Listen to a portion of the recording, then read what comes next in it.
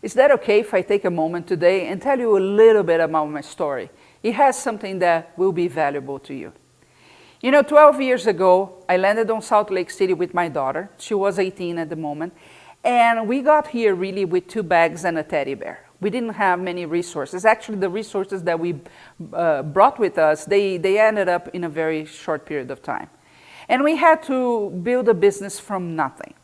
It was not easy. It actually took us 6 months to get our first client. And the first client spent $50. So things were not easy. But we started and we wanted to have consulting clients. We were very fortunate that somebody offered us an office. We used that office for over a year. Actually, it was inside a printing shop, going through the stairs in the back of the building. It was not a pretty place, but it served its purpose. We had a chance to have a place to meet and talk with prospects, because we knew that once we had them in front of us, we could convert them into clients. And eventually that is what happened.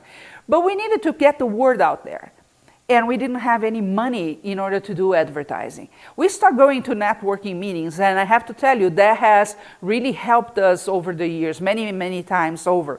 So we start going, but it's a long process, because you need to create credibility with people. It's not like you go to a meeting and you advertise whatever you have out there and you get clients. It doesn't work like that. They need to trust you. They need many times to get into a relationship with you before they even consider buying. And I'm talking 12 years ago, which was actually a lot easier to sell than it is today, because people were not overwhelmed with everything they were getting through the day. Well, so we knew we needed more visibility and we needed more credibility. Social media was really at its infancy. I have to tell you that when podcasts started, we were there. We had a podcast really right at the beginning, and we even had a sponsor for that. When YouTube started, we started doing videos. We got that. We had that. The how to do, but everything was still new. People didn't know. You would tell, I have a podcast, and people would say, what? Right? It took many years actually for podcasts to get that traction. So we needed something.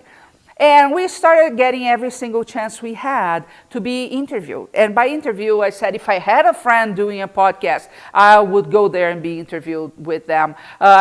We did other interviews with other businesses, so we could put out there with us together, right, in order to create credibility. And we started putting that on our website. We created a page called In the Press. We still have that. And we started putting that. Well, even at that time, reporters, when they were crafting a story, they were looking online, right? It was an easier way for them to get the information.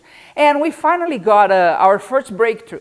We did an interview with the Washington Post. It was actually interesting because she sent me one question to be answered. And I answered that question in maybe 2 or 3 lines, and that's what was posted. But guess what? I was interviewed by it was not the New York Times, the Washington Post. I was interviewed by the Washington Post, and I started capitalizing on that, because that's what you do when you get press and when you get free publicity.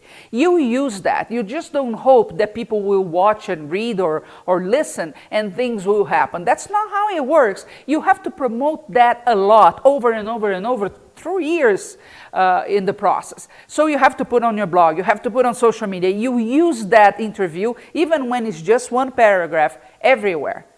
Well, from that, actually others start coming. And we were eventually interviewed by New York Times, Ion TV, and many, many other outlets, magazines and everything. Every single time I would get that interview and post on my page on the website, but also talk about it on the blog and talk about it in videos, talk about it on social media. Yes, there is work involved. It's a business. It is supposed to have work involved.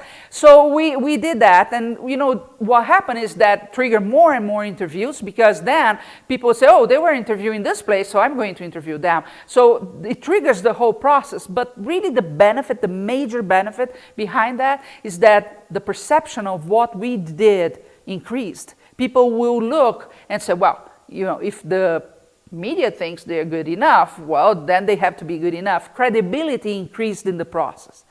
So yes, media and publicity, they are extremely important for any business. Now, sometimes we are in a type of business that is difficult to get traction in the media because it's very boring. right? I have many clients, for example, in the home care industry. So some of them talk about prostate cancer. They talk about incontinence. Well, these are not topics that are easy to talk about, so they don't go viral on social media. It's hard, it's difficult. So you may be thinking, how do I get media out of that? And sometimes it is a challenge. So sometimes you have to give an extra push and start thinking about what are the stories that I could put around this, and create your own interviews, or approach people that have media outlets like internet radios and podcasts, and talk about, this is a cool story, let's do something together. Or sometimes even pay to have an interview, because what you do need is to trigger the process that people will start seeing you as a celebrity in your field, but more important than that, as an expert in what you do. So never discard the chance to be in the media, even when you have to create that media or pay for that media, because it can trigger. What you need to understand is, after you have that file, written, audio, video, it doesn't matter, you have to get it and use it more than once. And then you see that traction going, which is fantastic. So, if I call you for an interview, say yes.